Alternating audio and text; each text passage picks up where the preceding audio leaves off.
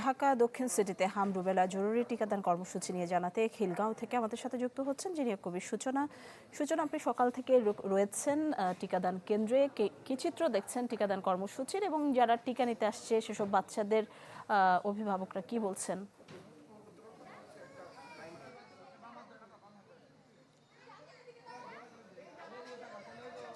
নিশি হামের যে টিকাদান campaign city corporation এবং বরিশাল ময়মনসিংহ সিটি কর্পোরেশন, সেই ক্যাম্পেইনের প্রথম দিন ছিল আজ। এবং আমি যদি আপনাকে একটু দেখাই যে বেশ সাড়া জাগিয়েছে কিন্তু এটা অভিভাবকদের মধ্যে, কারণ তারা প্রতিদিন প্রতি মুহূর্ত তাদের সাথে আমাদের কথা হচ্ছে, তারা বলছেন তারা শঙ্কায় দিন কাটাচ্ছিলেন যে হামের এই প্রাদুর্ভাব থেকে তার সন্তান রক্ষা পাবে। তো সেই জায়গা থেকে এই জরুরি টিকাদান কর্মসূচি শুরু হয়, তারা বেশ স্বস্তি ফিরেছে তাদের মনে। এবং তারা সকাল থেকে আমরা দেখেছি অভিভাবকরা তাদের যে 6 মাস থেকে শুরু করে 5 বছর কম বয়সী শিশুদের নিয়ে আসছেন এবং টিকা দিচ্ছেন। এবং হলুদ কার্ড নিয়ে এসে কিন্তু ক্যাম্পেইনে এসেই কিন্তু নিবন্ধন করতে হচ্ছে। এবং আমি আছি তিলপাপাড়া নগর মাতৃ সদনে, সেখানে দুটি বুথে ভ্যাকসিন দেওয়া হচ্ছে এবং আপনি দেখছেন যে স্বাস্থ্যকর্মীরা ভ্যাকসিন দিচ্ছে এবং বিকেল 4টা পর্যন্ত এই ক্যাম্পেইন চলবে। এবং শিশুরাও আসছেন এবং তারা আসলে কিছুটা তো আসলে আতঙ্কিত হয়ই টিকা দিতে। কিন্তু আমি একটু কথা বলতে চাই যারা স্বাস্থ্যকর্মী আছে তাদের সাথে। সকাল থেকে তো আপনারা ভ্যাকসিন দিচ্ছেন, কেমন সাড়া পাচ্ছেন? বা আর সামনের দিনগুলো 11ই মে পর্যন্ত চলবে ভ্যাকসিনেশন, একটু যদি বলেন। জি আলহামদুলিল্লাহ, আসসালামু আলাইকুম। আমাদের এখানে সকাল 8টা থেকে একদম 4টা পর্যন্ত আমরা টিকাদান কর্মসূচি শুরু করছি। আমাদের এখানে আল্লাহর রহমতে অনেক বাবু আসতেছে, মায়েরা নিয়ে আসতেছে, অনেক সচেতন, ইনশাল্লাহ সবাই টিকা দিচ্ছে খুব সুন্দরভাবে। এবং আসলে যেমনটি বলছিলেন, সকালের ক্যাম্পেইনের উদ্বোধনের সময় কিন্তু স্বাস্থ্যমন্ত্রী বলেছিলেন যে যদি 95% অর্থাৎ এই 4টি সিটি কর্পোরেশনকেও যদি পুরোপুরি 95% শিশুকে ভ্যাকসিনেশন দেওয়া যায়, তাহলে কিন্তু হামের প্রাদুর্ভাব থেকে অনেকটাই মুক্ত থাকা সম্ভব বলে তিনি মনে করছেন। সূচনা, ধন্যবাদ আপনাকে। দর্শক দেখছিলেন ঢাকা দক্ষিণ সিটিতে হাম রুবেলার জরুরি টিকাদান কর্মসূচির খবর জানাতে আমাদের সাথে যুক্ত হয়েছিলেন জিনিয়া কবির সূচনা।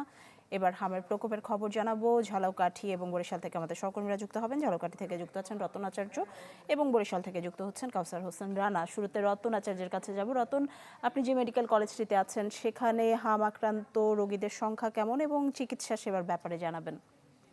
সময়ের সাথে সাথে দেখা দেয় নিত্য নতুন প্রয়োজন। রেডি থাকতে হয় প্রতি মুহূর্ত।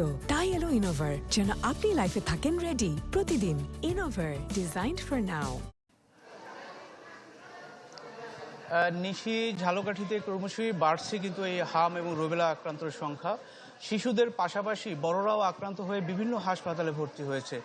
গত 24 ঘন্টায় ঝালকাঠির বিভিন্ন হাসপাতালে 19 জন রোগী ভর্তি হয়েছে। তার মধ্যে 18 জন শিশু এবং একজন রয়েছে 20 বছর বয়সী নারী রয়েছে। এবং যারা আক্রান্ত হয়েছেন তারা সদর হাসপাতালে রয়েছেন 3 জন, নলসিটি হাসপাতালে রয়েছেন 5 জন, কাঠালিয়া স্বাস্থ্য কমপ্লেক্সে রয়েছেন 5 জন এবং রাজাপুর উপজেলা স্বাস্থ্য কমপ্লেক্সে কিন্তু 6 জন ভর্তি রয়েছে। এছাড়াও 67 জন রোগী বিভিন্ন উপসর্গ নিয়ে সন্দেহজনকভাবে কিন্তু তারা এখানে চিকিৎসা নিয়েছে। আপনি জানেন যে 5 তারিখ থেকে যে টিকাদান কর্মসূচি শুরু হয়েছে যে ঝালকাঠির নলসিটি উপজেলা স্বাস্থ্য কমপ্লেক্সে, সেই টিকাদান কর্মসূচি চলছে এবং 6 মাস বয়স থেকে 5 বছর বয়স পর্যন্ত যে 5 বছর কম বয়সী যে শিশুরা রয়েছে সেই সব শিশুদের কিন্তু টিকা দেওয়া হচ্ছে। 16 দিন ব্যাপী এই কর্মসূচিতে 21,000 শিশুদের টিকা দেওয়া হবে বলে জানিয়েছে। এছাড়াও জেলা সিভিল সার্জন অফিসের তথ্য মতে ঝালকাঠিতে এই হাম রোগে আক্রান্ত হয়ে 2 জন মৃত্যুবরণ করারও কিন্তু খবর পাওয়া গেছে। আপনি জানেন যে ঝালকাঠি সদর হাসপাতালে একটি কর্নার করা হয়েছে। এই কর্নারে এই হাম রোগীদের চিকিৎসা দেওয়ার জন্য তারা একটি কর্নার করেছেন এবং এই যত রোগী আসে এই ওয়ার্ডে রেখে তারা চিকিৎসা দিচ্ছেন। এছাড়াও ঝালকাঠি সদর হাসপাতালে শিশু ওয়ার্ড রয়েছে।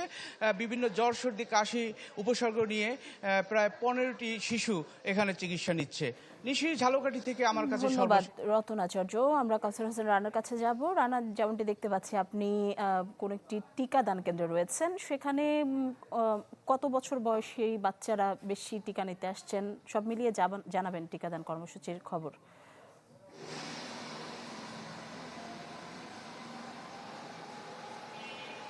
হ্যাঁ, হাম সংক্রমণ প্রতিরোধে যে কর্মসূচি নেওয়া হয়েছে টিকাদান ক্যাম্পেইন, সেই টিকাদান ক্যাম্পেইন বরিশাল সিটি কর্পোরেশনে আজ উদ্বোধন হয়েছে বেলা 11:30টায়।